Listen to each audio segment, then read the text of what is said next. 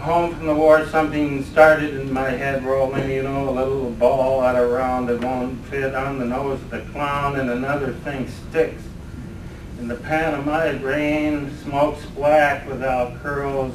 When I pray for rain behind my eyes, there is clear weather. I mean that I can see through a child's skin painted yellow on how her Lego bones are joined. And all the napalm falling down, falling down. Don't hide in the village, little one. Fire finds hair, jelly finds skin.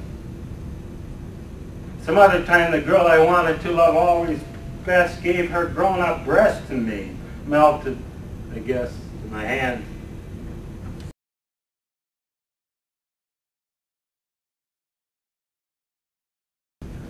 Split like a chromosome or a lizard tongue.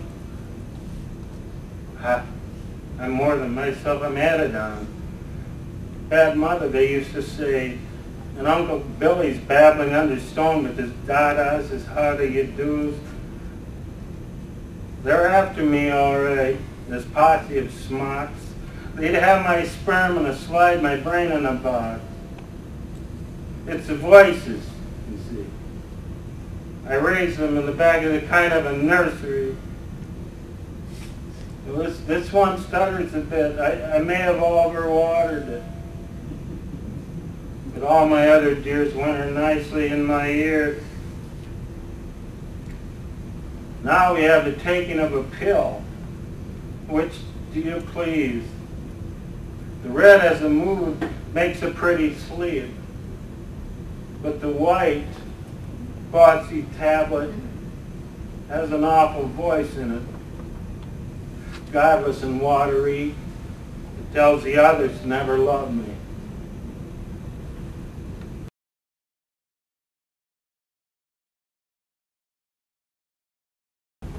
One heavy breath, and I'm smudged. They powdered me silly. This rouge, you'd think the color did me in. 3 days from Da Nang to Des Moines, I rose like yeast. They punctured me with hawk's fingery tubes. I'm boozy through and through. The mortician brings his smiles and parasites. They do well on him.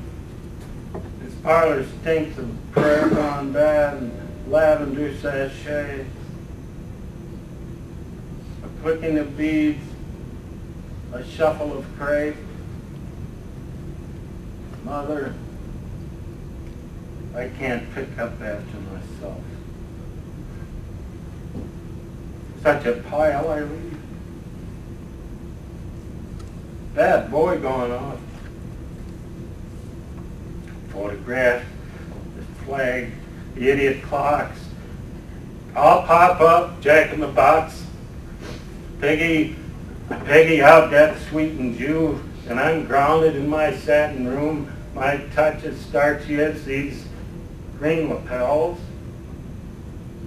My breath, does it stale? Is it yellow? And the earth full of mouths? This fluid in me is thin as bad broth.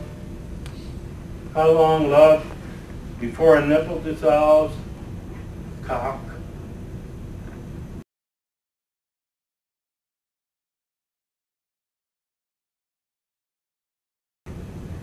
Found dead in an alley of words, awesome, no hope for it. And share, which must have fallen trying to get by on its own.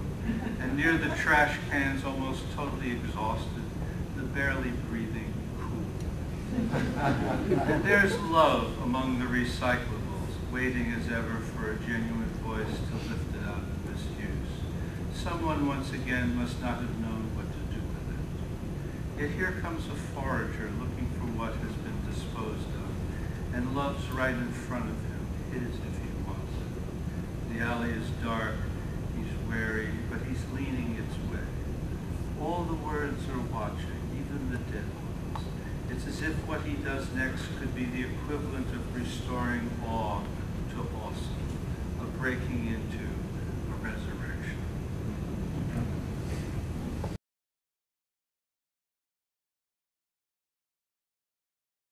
Not friends.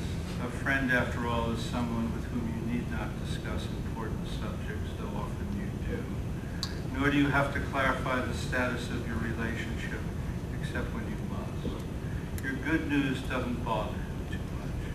Bad news brings out the empathetic best in you both. And each of you knows what small misfortunes to keep to yourself. To be just an acquaintance is normal enough, but terrible to be an acquaintance when you want to be a friend. Terrible when one person is thinking friend and the other acquaintance. And after a long separation, those rapid, uncomfortable pats on the back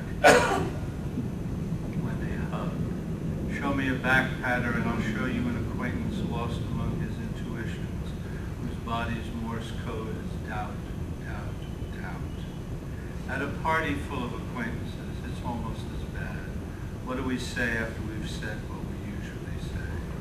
Better to be a stranger with small hopes and plans.